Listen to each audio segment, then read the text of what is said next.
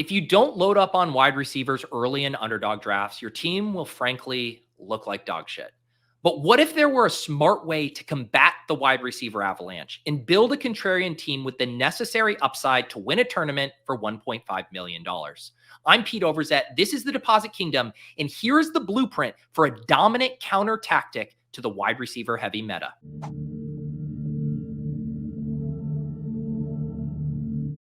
Jakob Sanderson from Thinking About Thinking. You are ready to swim against the current in 2024 best ball drafts. What is your favorite structure right now? I think my favorite thing to do right now is try to just move up our running back range a little bit earlier, is effectively what I came up with. I worked with this column where I tried to address the idea of, what if we're wrong about this wide receiver stuff? And I don't know that we actually even are necessarily, or at least not to much of an extent. I went through, okay, if we've jumped the shark, so to speak, if we're drafting these guys that project far worse, far higher for far longer, what would be the counter to that? What would win in the event that we're wrong? Is it drafting running backs early and often? Is it drafting more running backs total? When should we start? Is it just other positions? And I think the big conclusion that I came to is the one thing that I probably actually believe that we might be wrong about is I don't think we've shifted enough to the idea of the flex position. Historically in best ball, half PPR best ball, running back, wide receiver, about equally likely to be optimal in your flex. You think back to the original sort of win the flex idea of zero RB from full PPR, FFPC style formats. You really want your flex to be a wide receiver in those formats. Currently, as we're drafting the running backs later and later, I would say you probably are more likely to see running back in the flex being optimal this year than we've ever have been. And so while I think the scarcity aspect with wide receiver, where we want to make sure we fill those slots early, still applies, but we probably want to devote a little bit more relative capital to running back overall, not necessarily prioritizing guys like Taylor, like Gibbs ahead in the very early rounds. But once you start getting into round 4, round 5, round 6, that's where running back starts to project. That I went through previous year totals, 3.5, 4 points better than the applicable wide receiver based on expected finish. And so moving up that range a little bit, maybe starting your running back room with like an ETN instead of starting your running back room with a David Montgomery, and still carrying that through to the end of that sort of running back window where we start drafting all of the Warrens, the Pollards, the Robinsons, the Williams, all that sort of stuff.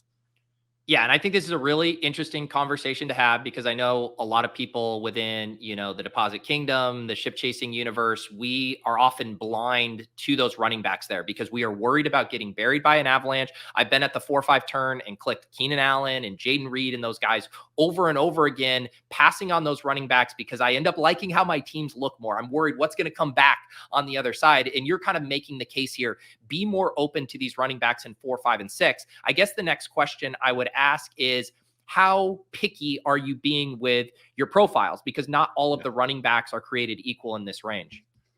Yeah, reasonably picky. The 3 that I probably have started to consider drafting more after going through this article are Etienne, Pacheco, and James Cook are probably the 3 that I'm focusing on the most.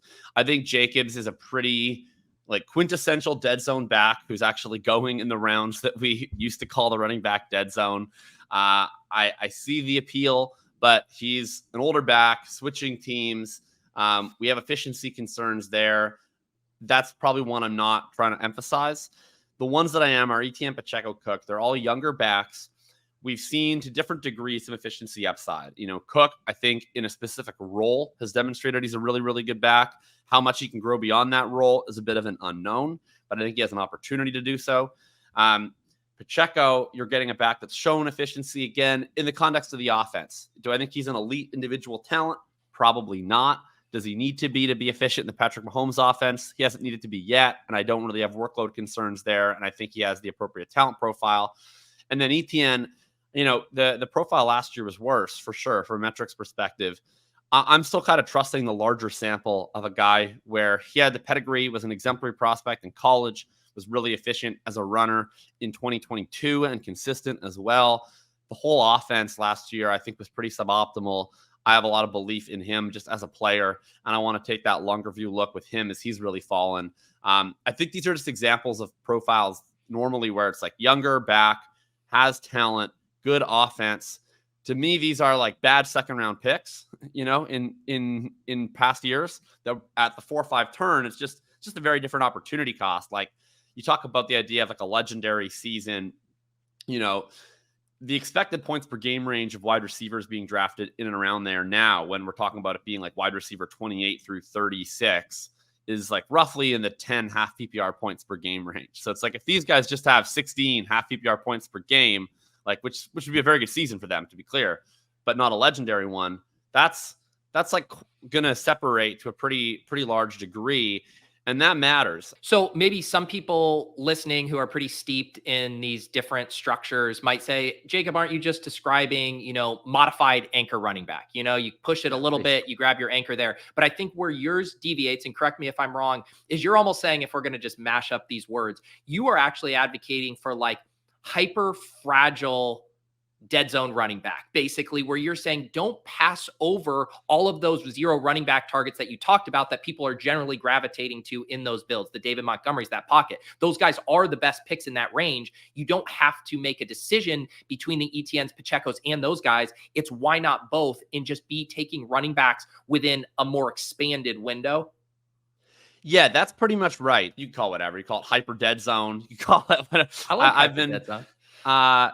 I've just been, to me, it's just a matter of drafting based off comparative advantage, which is, I went through the economics metaphors and stuff in my article, but it's the idea of, the gap that you're getting drafting a Taylor versus an Olave, a Gibbs versus a London, is pretty marginal. The gaps that you're getting in those sort of 0 RB rounds, those 7 through 10, I think is pretty steep. But if we're saying, which I think we should be, running back in the flex might be optimal this year, you don't have to do I'm going to start running back in round 7. I'm going to stop in 11, and I'm going to make that my hyper fragile team. Because like, what's that giving you, right? That might give you extra wide receivers. Do I want extra wide receivers if we think the wide receivers are a little overpriced? Like that seems a little Stockholm syndrome-y to me. Do we want elite onesies? Yeah, right. But that just means we're probably then drafting 9 receivers on that team. I would just say, why don't we just tack on 1 extra running back from the middle, and then basically draft more or less the same team. Like start with an ETN, then try to grab an elite tight end or quarterback, then do whatever you want in those 7 through 10 ranges with the running backs. Then you have your 5, and then you're basically done. And yeah, it's kind of like inverting the old hyper fragile, where you start with like Chase, Collins, Neighbors, then you draft the hyper fragile running back team, and you just kind of don't get into that middle zone at wide receiver. You have like your 3 top guys, and then you just take a ton of bets on these young guys on offenses that have a lot of opportunity to exceed expectations. So, and I shouted out Daniel Raz's piece there, but he did, I thought, some great stuff on making a correlated bet on some of these wide receiver rooms like Carolina, like Denver, like New England, where you take 2 or 3 of those, you might have a correlated way of really surpassing what you'd expect to produce from those draft slots. And yeah, and that part you're just hitting on there, that's the final part of this, right? Because someone's going to be with you up until this last point, right? Where they're going to say, all right, yeah, Travis Etienne, anchor, yeah, you're grabbing. And you showed me a team here. I'll pull it up on screen as well. A team where you got Joe Mixon past ADP, Kenneth Walker past ADP, Jalen Warren, Trey Benson, Brian Robinson. All of us are looking at this running back room saying, this is a good running back room. I like this. Love your running backs. Yeah, but then the rub is I look at your wide receivers, CeeDee Lamb, Devontae Smith, Malik Neighbors. Hey, I'm with you. Love that start. And then boom, we're going down 100 picks to Josh Downs as our 4th wide receiver. And so the thing that's going to come up is, do you have enough wide receiver firepower to pull this off? And you are saying, as long as you build out the room with these young guys, these undervalued guys who could hit in a really asymmetric way, you might be able to pull off that tightrope walk. If you're saying, well, I'm building this team around the assumption that running back is in the flex 70, 80% of the time, I just need to MacGyver my way into a wide receiver 3 most of these weeks. Yeah, and I think to think through it via both a portfolio perspective, like you mentioned, that you're not doing this on all of your teams, that you want this to be a subset. And I think you can also compare it to DFS, right? Where there's weeks where everyone say, this is a pay down week at running back. There's two really good value running backs at 5,500. You get the stud wide receivers in. That is the optimal build for that site. But then you're going to hear the contrarian DFS guys saying, what if you flip the build? What if you attack this slate from a different direction? Maybe it is suboptimal. Maybe you're sacrificing some projected points. But if you have the only, team in that contest that is doing it, that gives you a big comparative edge. We're going to be hopping in a draft in a second, but I want to do a little bit rapid fire on a few of your other favorite things to do in drafts. How about favorite player target right now on the board? Got to be Brock Bowers. And then the late guy that I really keep attacking is Xavier Leggett, who I think everybody just kind of thinks sucks the prospect. Maybe that's true. I don't know. But first round pick, path to routes, one extremely productive season, has the type of productive attributes that I think allow him to get schemed usage in a way that provides him a little bit of a floor, where even if he's not necessarily a great technician right out of the gate, that's a spot that I can't stop attacking. All right, I want to ask you about your favorite stack and Galaxy Brain idea, and I saw a little hint of them before the show, and it seems like these might dovetail together. Does that check out for you? Yeah, absolutely. So, I would say probably my favorite stack that I do with this structure, because I think it really fits quite well, is you neighbors in, round 2 or round 3, but probably this works out best if you're able to get him in the early to mid third. And then, he's that third of your 3 wide receivers off the rip. Then you come back with Richardson in the 5th, and he's a really perfect fit for this because you're looking for things to fill in sort of those 6 or 7 rounds where you're taking 0 or 1 wide receiver. Elite quarterback's a great way to do that. And he comes with my 2 favorite ways to stack Richardson are not with Pittman. It's Downs and Mitchell, both of whom fit into this really well. Mitchell's kind of going at the tail end of that running back mix. So your opportunity cost there is like a Blake Corum, maybe that kind of range, maybe Gus Edwards. And then Downs is pretty clearly to me after that teardrop at running back where you're getting more into upside backups and less into starters. He's one of the guys that I really like to pick anyways to get back into wide receiver. And, you feel you're kind of hitting on all levels where you're getting the structural stuff and it naturally flows into this nice Colts Giants stack. And I get to be a homer. So, it fits on all levels. I hopped us in a Best Ball Mania draft, and fear not, we all are also going to get Jacob's favorite late round dart. But we'll save that as an Easter egg. Maybe as we get to the 18th round, you can reveal that for us here. We got the 1-4, so theoretically we could set this up with the neighbors thing with AR and trying to build out this structure that you like here from the 4-5 side. When you're at the 1-4, it probably ends up being a chase team. That's where I'm starting to think, okay, my late receivers is, the Knicks double stack. And I'm going to be looking at guys like Moss and Brown and Williams to build out the back end of my running back room. Or potentially it could be the neighbors into Richardson. And it just sort of depends on how the board falls. But, the 1-4 is a really nice spot here to execute this from a few different levels. Yep. So we start CMC, CeeDee Lamb. We'll see what 3-hole goes. Tyreek Hill. Is this a chase pick for you? You got any other Galbrain takes here? Yeah, I mean, I mix it around pretty much, but let's do Chase here. I think it fits nicely. Yep. We'll grab Jamar Chase. How many BBM drafts are you deep so far? Let's see here. I think I'm closing in on halfway, probably a bit below. I've been basically trying to match the fill rate of the tournament almost exactly. Yeah, I'm at 64 so far. So I think what's the tournament at right now? 43. Are we closing on 50? Yep. Okay. Yeah. So I think we're probably pretty close to the 43% right there. We'll have to fill them in all the way through August. All right, we are on the clock here in the second round. Yeah. This feels like going back in time. Like I can't recall the last time I've had the chance to draft Waddle at in the late 2.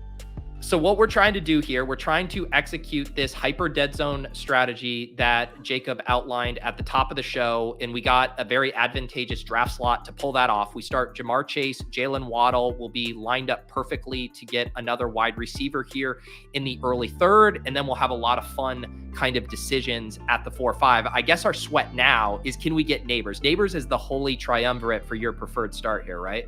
Yeah, I mean, Neighbors would be ideal, but I'm not sweating it either way because, we have lots of avenues here. But Waddle would be, or Neighbors would be pretty fantastic. I think our odds look pretty good. We've had a lot of people with ADPs behind him already come off the board. Boom. Wow. That's going to be hard to turn down Barkley, but we're going to do it because we're committed to a structure today. You know what? When's the last time you've seen Barkley go off the board this late? Well, that happens falling, but every other one of my ribs. You can get Barkley there. This is what's so hard with like this push-pull of things, right? Like right now, you have two dynamics at play. The rookies are starting to slip a little bit more. Neighbors was living in the second round when all of the sickos were drafting. But on top of that, we also know Barkley is going to rise when the casuals come in. Like he is going to be a second round pick. And so it's like, which one? Are you going to take the Neighbors new ADP value, or are you going to try to get your Barkley shares before he gets more expensive? The Barkley falling is very interesting. It went from like, at first, I would never even think about pairing Barkley with CeeDee Lamb. Then it became like, oh, what a little treat. Like I got my little Barkley with my CeeDee Lamb. Then it went like, oh, like everybody's doing Barkley with CeeDee Lamb. So now it's like, do I even want Barkley with my CeeDee Lamb? Like it's gone. He's just gone full circle here. This is interesting here where we have so many quarterback temptations. Well, I think probably if we're doing the structure here, we have ETN available to us here, highest ADP player. I think we take him, and then we have a lot of optionality in the fifth where we could look at the Richardson pairing. We could see what tight ends are available to us. Yeah, we get Jamar Chase, Jalen Waddle, Malik Neighbors, ETN right at ADP here. And I like how this shakes out. And ETN is a really fascinating player. When you think about normally guys his age who finished where he finished last year, would be going much higher. Like normally Travis Etienne's college profile, his team, what he did last year, like he would just be a locked and loaded second round pick, but he is not. He's a late fourth round pick. All right, so this is interesting. I would say we could either do the Richardson pull or we go Dalton Kincaid and try to do the quarterback later. I'm honestly fine either way. What do you prefer here? I want the Jakob Sanderson experience. You had talked specifically about this Anthony Richardson, Malik Neighbors setup. Right, I also like that it doesn't, if we miss out on Burrow, all of a sudden we start to get a little sweaty about Tua and stuff. And this just gives us a lot more flexibility, I think. Yeah, and I wouldn't even say that we're like out on Burrow. If anything, it allows us to just play it really aggressively with Burrow, where like we get to push him pretty aggressively. And if the room is like, we're willing to give you 2 rounds after ADP Joe Burrow, then we'll take that. If our friend here, the T Higgins drafter at the 112, wants to prioritize him, it's no skin off our back. We have options with Tua potentially later. We have options with potentially Watson on the other side of Tua. And I guess the only issue with doing this with Richardson is that I love usually pairing this strategy with one of the late correlated bets in May or Knicks. This kind of takes that a little bit off of the table, but we always have Bryce Young. We could have JJ McCarthy potentially. There's other options to look toward there. Yep.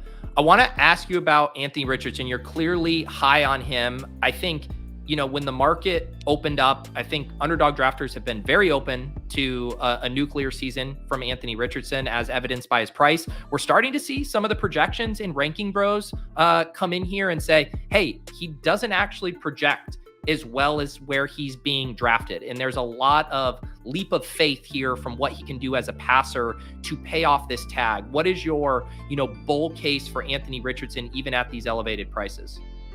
Yeah, I mean, the first thing is that this is the most advantageous site to draft him on, right?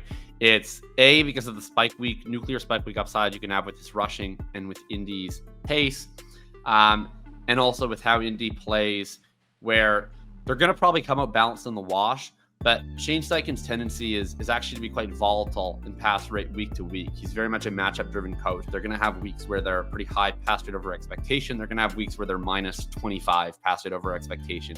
So from a ceiling perspective, it's going to create opportunities for him in good environments. And then it's also, this is an FFPC. It's the minimum passing yardage scoring, and it's 4-point passing touchdowns. And so it really caters to the rushing quarterbacks in a pretty big way. The optimistic case for him is that he was a good intermediate to deep passer in college, and he flashed that in a short sample in the pros, where even despite his issues with short area accuracy, your play on Richardson is whatever. Their short passing game is him and Taylor running read option, and his fantasy production is going to come from that rushing, touchdowns, and then the deep passing. The other quick thing with Steichen is, I'll get into this maybe over the turn, but yeah, this is we're about to pick here. I mean, this is almost the strategy in a nutshell with Joe Mixon sliding here. Yeah, I'm fine with. It doesn't really matter to me which one between Mixon and Walker. I like both pretty much equally. I'll leave this up to you, honestly. Yeah, so we're going to select Joe Mixon past ADP here. We have Travis Etienne and Joe Mixon at running back, Richardson at quarterback, Jamar Chase, Jalen Waddle, Malik Neighbors. And again, the whole thing about your strategy, you were talking about the James Cook stuff. Like, yes, you want to pull this off, but you actually want to let the room make it more favorable by giving you that ADP value. If you're just pulling the guy up, I feel like some of the benefits are mitigated. You can supercharge it by getting these guys at an ADP value as well, like we just did. We are about to pick here. This is kind of an interesting spot for this strategy because the wide receivers have been wiped out, but so have the running back values. How do you think we attack this? This is interesting. So have we taken a tight end yet? We haven't. I'd probably go Ingram. We have ETN 2, and that opens up Lawrence as another possible quarterback slider. I don't really love Evan Ingram, but I'm not seeing anything else here.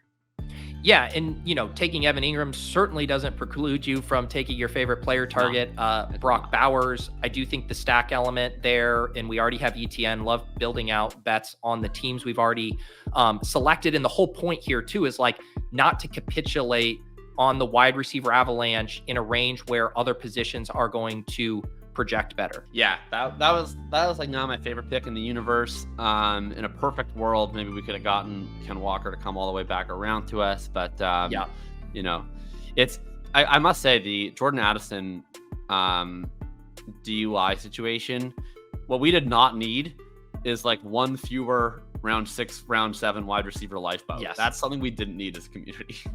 No. Yeah, and I was hopping in some of my slow drafts this morning, and I took him at pick 93 in one. So if that's the canary in the coal mine, he's about to get much, much cheaper, although it just might be a slow burn because some people are going to continue to see him as a quote-unquote ADP value and take him. Can you scroll up a little bit? I want to see what the people behind us have going on at tight end.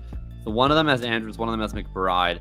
The major threat, I guess, if we tried to push him, would be the 3-hole team. I'm trying to see if it's worth.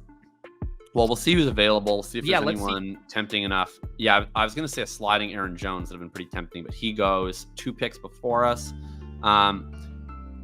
Let's see.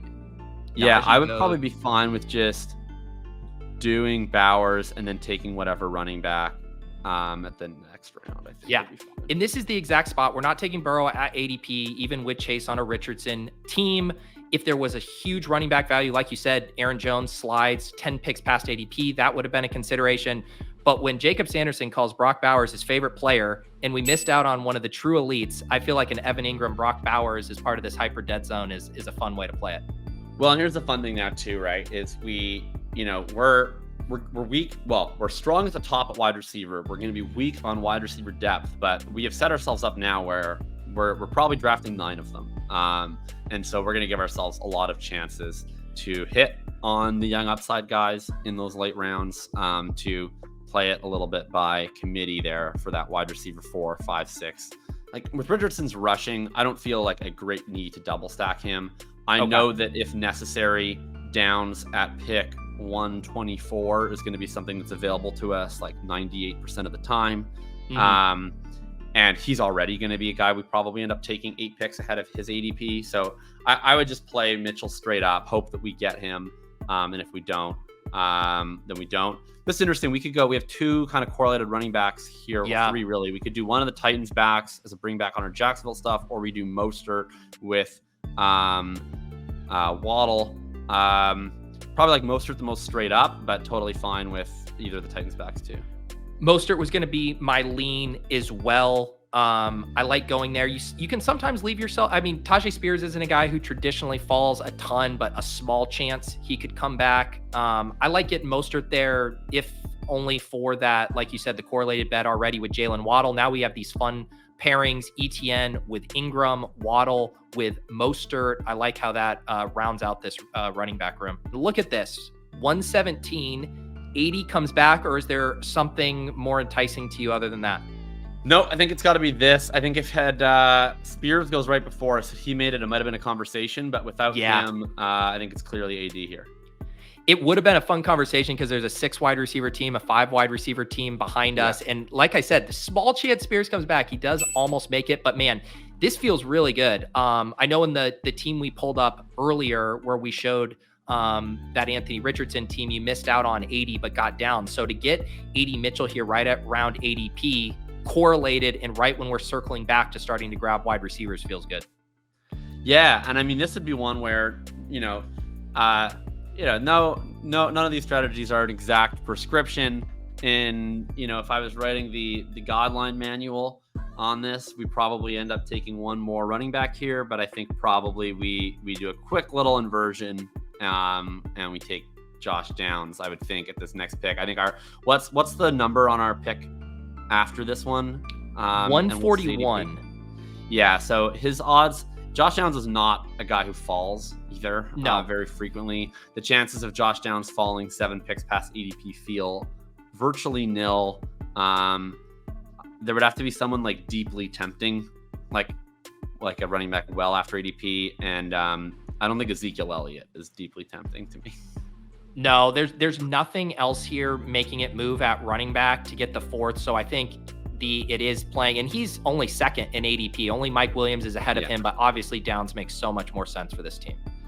Yeah, so now we got our double stack with bringbacks. We're very stoked there. We've kind of like already gotten ourselves back to neutral a little bit earlier than maybe normal, and now I feel like we kind of just have the flexibility to run however we want to. So I'm pretty content with where we're at in this spot.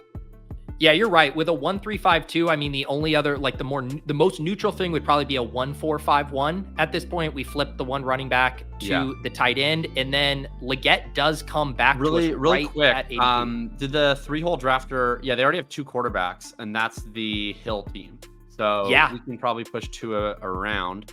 Let's do. Yeah, we can do Leggett here. Would be totally fine. Yeah. I like how you, at the top of the show, you're like, my 2 favorite player targets are Brock Bowers and Xavier Leggett. And when we have the chance to take both of them near ADP, you're like, yeah, they're probably fine for this build. Probably the only thing that's a little different than how I normally do this is we actually only get one running back in that like post wide receiver window range in Mostert. But like, you can't do 18 different things all at once. We've done a lot, and this is, I mean, I think this is just a pretty phenomenal team to be honest here.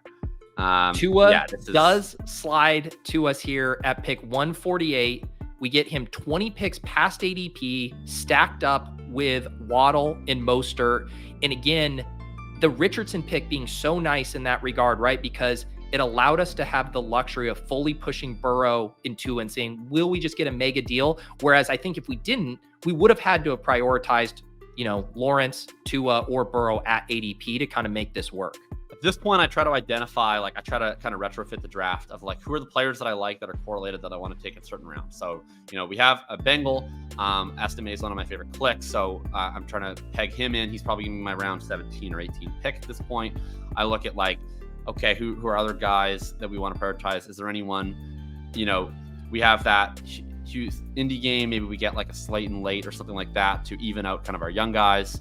We are on the clock here. Yeah, probably one of these running backs. I don't think any of them are correlated, but nope. I guess Chuba is kind of correlated to Leggett. I mean, we already have one Panther. Oh, that is the team. And then we could potentially go and add McMillan later. So I like that. Yeah, let's do Chuba here, slightly past ADP. I like that too, right? Like we are a little thin, at running back, at least bodies wise. So someone like Chuba, we now have, this is a team that can get off to a very fast start with ETN, Mixon, Mostert, and Chuba. I'm going to make you have a Denver Broncos take because in my heart of hearts, I'm like you as well. I've been playing the ADP game with them, but I think in this spot, neither of them is going to come back. So we just take our favorite here. Yeah. So this is a tough one because my favorite is Franklin, for sure. I think Mims' rookie year is a little bit concerning. I would rather bet on the rookie than sort of what I see as a bit of the faceplant. My only concern is that we have 3 rookie wide receivers already, but I don't know. I don't think that's ever stopped me before. So that's probably fine with Franklin. Yeah, let's do it. Let's take Franklin. And again, I think why this is fun too is, the whole question when people are at the top of the video thinking about this draft strategy and they get sweaty and nervous thinking about how to pull it off, that big element, and you referenced the Daniel Raz article about loading up on these offenses where there could be outsized returns on some of the pass catchers. And I feel like this is exactly what we're doing. A.D. Mitchell and Josh Downs, we're obviously making a pretty decent bet against Pittman here. Leggett, Franklin, the only other offense is really the New England Patriots as far as the 3 that Daniel outlined there. But we're kind of making this work in the only way I think it can work.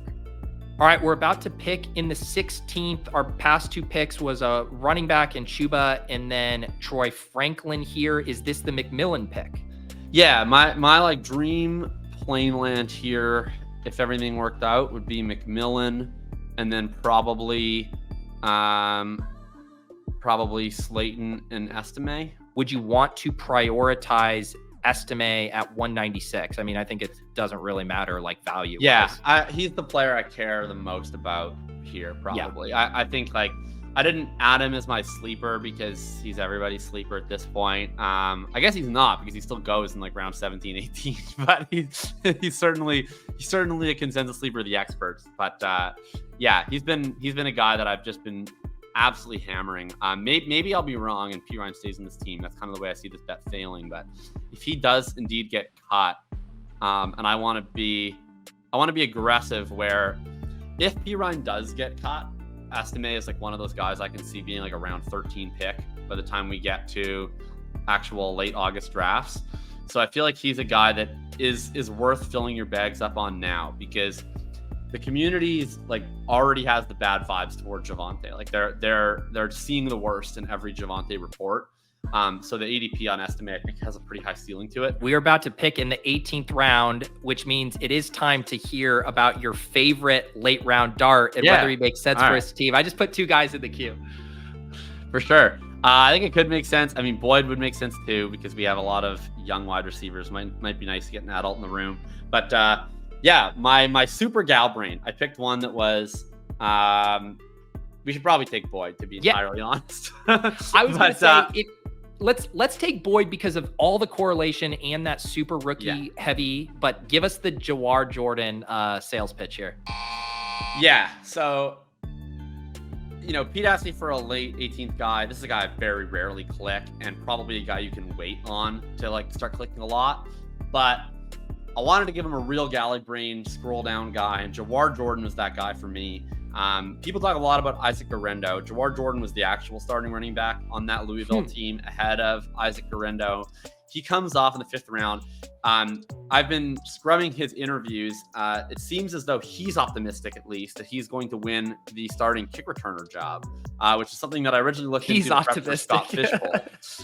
It is. It was like the source was Jawar Jordan on this, so you can take that for what it's worth. But but he has legit speed. He has returning experience. I really looked into this for Scott Fishbowl. Once I sort of heard that, I was like, okay, that's of interest because active on game days, potentially. Dameon Pierce, we've seen is not at all a fit for this wide zone running scheme. He's a more bruising between the tackles back. Jawar Jordan is that fit. And we have seen kind of unconventional prospects who might not have it all together fit in this specific scheme, right? You think of like a Raheem Mostert as a guy who came totally out of nowhere. We've seen Elijah Mitchell beat out a Trey Sermon because he fit better for that scheme. I think Jordan can do those things that you want him to do. He's a smaller, slender, straight line, fast guy. Everything that you heard about him after the pick from people following the team was, this is a guy that can fit that scheme. So I think there's a pretty decent chance that he is either the third back, but active on game days due to kick returning, or just straight up beats out Dameon Pierce for RB2 duties because he's more complementary to Mixon, and then has that juice in terms of the guy that could maybe step up and have a more valuable role if Mixon were to go down. We obviously have Mixon on this team, so it probably wasn't the world's greatest pick to go with him instead of who we went with in Tyler Boyd. But if you're building out a watch list, we're getting into training camp, I would keep your eye on Jawar Jordan stuff, because I think there's like a 30 to 40% chance that he is the handcuff to one of the best offenses in the league. Let me recap this team and then get your final thoughts. So a 2-5-9-2, Anthony Richardson double stacked with AD Mitchell and Josh Downs. We get Tua stacked up with Raheem Mostert and Waddle. We have these other kind of mini pairings between running backs and pass catchers. ETN with Evan Ingram. We have Chuba Hubbard with Xavier Legette. We have who's the other one there? The ETN with Ingram. And then the rest of the running back room, we got bringbacks on both of those too, with McMillan and with what's Boyd. Yeah, and the bringbacks on both of those as well. Here, I'll do rapid fire. ETN, Mixon, Mostert, Chuba, Estime, the running back room, the wide receivers, Chase, Waddle, Neighbors, Mitchell, Downs, Legette, Franklin, McMillan, Boyd, Ingram, and Brock. I mean, this team, the only non-correlated player on our entire team is Joe Mixon. Every other player is playing another member of the team or playing with another member of the team in week 18, 17. And when you show up in the Ball Mania finals and there's all those CJ Stroud double stacks and you're approaching it from a different angle, how do you crater all that production? It's a 3-touchdown Joe Mixon game. Yeah, you're mixing them in. Absolutely. Wow. So what do you think? We got to basically execute almost all of your favorite things to do in drafts here. This is one of my favorite teams that I've drafted this whole year. You know, you guest on these streams and you always think, oh man, it's going to be incredible. You know, I get to show off for someone. It's going to be fun. I get to look all great for the people. Never goes quite as you hoped. This honestly did. Like this one, I felt like the room just came to us. We got our Neighbors Richardson pairing that we wanted. We get it double stacked. We get, this incredible Tua value with Waddle. Like that's phenomenal. I think we got to talk through, what the value of this kind of strategy is, how to execute it, how to swerve away from it if something presents itself, and a really, really fun team. We get the essentials if you're kind of applying things from the column, where we get the 3 really strong wide receiver bets right out of the gate. You fill the rest of your wide receiver room with a ton of young upside bets, right? We have 4 rookies beyond those 3, plus a second-year guy in Downs. It lets you build in a lot of correlation. Also, because you're generally picking like wide receivers at the front, then quarterbacks, then wide receivers at the back. So you have that chance to sort of, I've set up certain quarterbacks. Oh, did I get the quarterbacks I set up? Yes, great. No, I can then attack these late stacks, which is another fun little attribute we get to see play out. And then, the running backs, we start off with ETN. We got a big follower mix in, correlated Mostert. Really, really nice team here. Yeah, that was a blast there. Jacob Sanderson, the article that we were referencing at the top, it's on Jacob's Substack, Thinking About Thinking. What is the title of the post again? It's What If We've Jumped the Shark? And I have the beautiful image of the shark jump episode next to Travis Etienne and Isaiah Pacheco's ADP right there. Certainly not encroaching upon Pete Overzet level thumbnails, but that was my little small attempt. Yeah, Jacob is one of the best writers in the fantasy space and one of the best fantasy thinkers. It's very thought-provoking, even if you disagree. And lots of people kind of disagree with, whether this is optimal or not. But Jacob will get you thinking, which is what the title of the Substack is trying to do. And I highly recommend checking that out. if you guys aren't subscribed to this channel, make sure you do. The last style video we did like this has 20,000 views, and the channel is just under 4K subscribers. So there are lots of you watching these and not subscribing. Hit the subscribe button. We're going to continue to have strategy videos. We'll do more of these shows with guests. I've been loving this format where I get to hear their favorite way to attack drafts, and then we try to execute it. And if you missed it last week, I had my favorite pick in every round. And what's so fun about these videos is this is like, okay, if that's what's optimal, these pockets of the draft where I had, 6 or 7 wide receivers as the best picks for the current environment, how can you manipulate that? How can you zig a little bit when everyone zags? So Jakob, thanks for sharing your thoughts today. Absolutely. This was super fun. Thanks for having me on, as always. We'll see you guys next time on the Deposit Kingdom.